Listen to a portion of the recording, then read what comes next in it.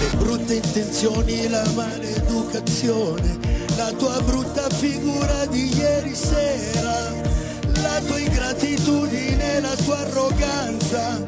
Fai ciò che vuoi mettendo i piedi in testa. Certo disordine è una forma d'arte, ma tu stai solo a coltivare invidia. Ringrazia il cielo, sei su questo palco.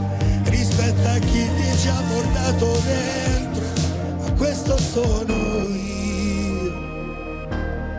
Mica lo sapevo.